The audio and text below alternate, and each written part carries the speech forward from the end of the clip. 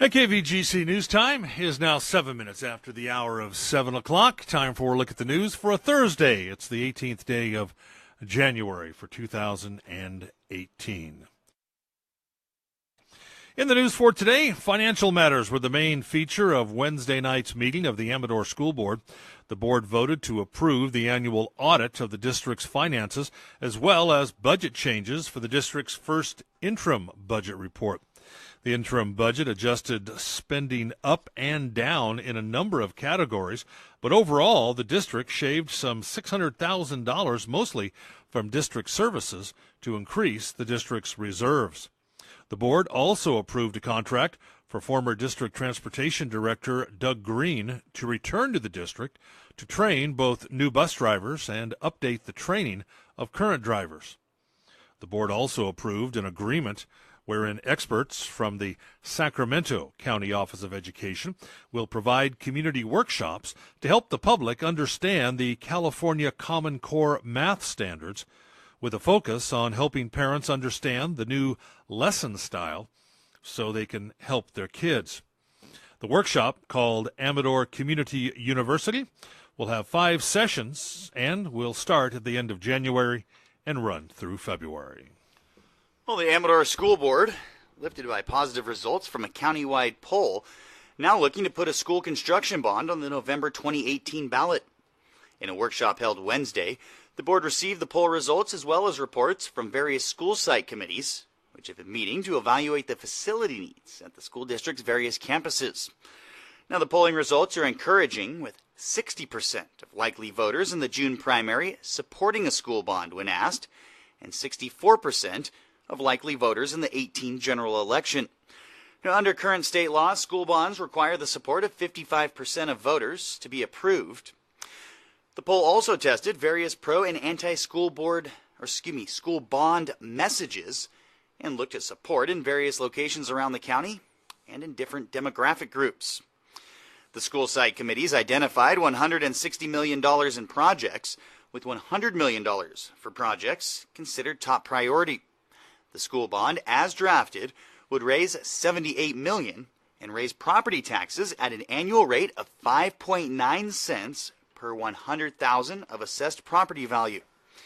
The board directed staff and the consulting team to continue to prepare the process for calling for a bond election for the November election.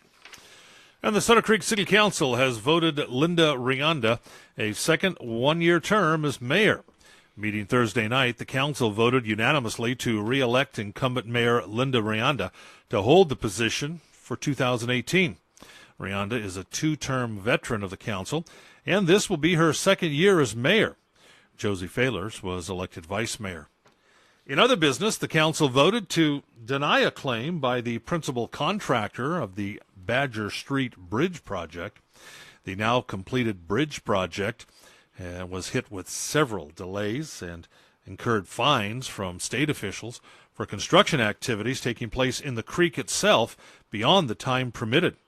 The contractor was requesting almost $600,000 in additional costs from the city, including delays to the project due to the discovery of nesting birds on the site and fines that the city paid as a result of the waterway violations that were passed on to the contractor.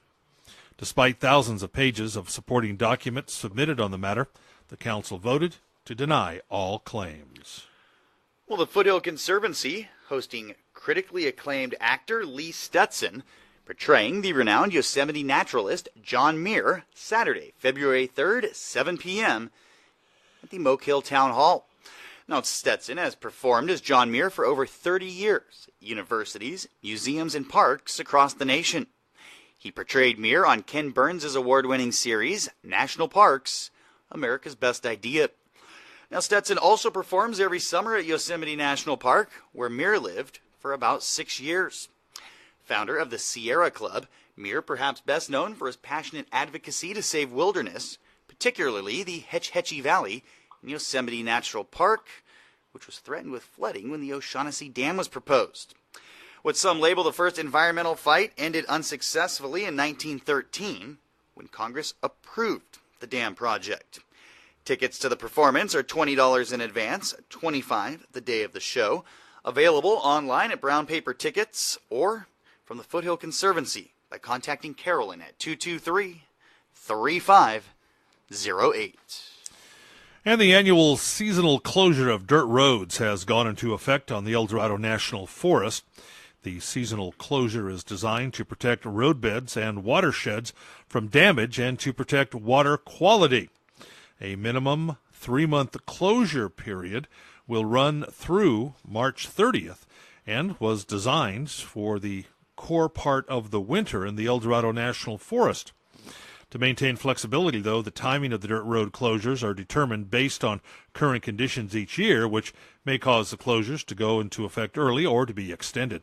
Regardless of when the closures are in effect, though, visitors should always use good judgment about whether motor vehicle use will cause damage.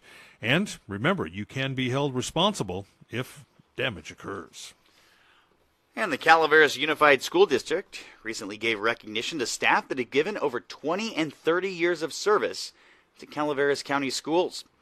Staff members with 20 years of service include Kevin Begnad of Goldstrike High, Sandy Hoffman of Moke Hill Elementary, Kathleen Arisso of Moke Hill Elementary, Daphne Williams of Calaveras High, and Kathleen Johnson of San Andreas Elementary. Staff members with 30 years of service, Roger Salter of Calaveras High and Debbie Buckhart of San Andreas Elementary. Some staff members who were unable to attend the meeting to be recognized: Lauren Funk of Toyon Middle School, Rhonda Merrill of Calaveras High, Alicia Stockton of Toyon Middle School, and Christy Atnip and Robin Price with the Transportation Department. In a special ceremony Tuesday, each staff member given a plaque for their years of service to students and the community. And as the last bit of the Christmas holiday is being packed up and stored away until next year, the Lake Comanche and Upcountry Community Centers want to thank the community for another successful Angel Tree program. This year, over 500 children received gifts through the generous support of local individuals, businesses, and community organizations. Every child's Angel wish list was matched up with a sponsor this year. According to Stephanie Ellis, one of the organizers of the event, it's the generosity of our community that makes the Angel Tree program so successful. Since 2007, the Angel Tree program has provided holiday gifts to local children. Angels, printed with a child's holiday wish list, are available November through mid-December on Angel Trees at a variety of businesses throughout Amador County. Ellis also adds that gifts for all ages and monetary donations for the Angel Tree program are accepted year-round. If you or your organization would like to make a donation, please call 257-1980. For more information, please visit the Nexus Youth and Family Services website. And that's a look at local news on a Gold Country Thursday morning from the KVGC News Center. I'm JD. And I'm Jim Geedy reporting.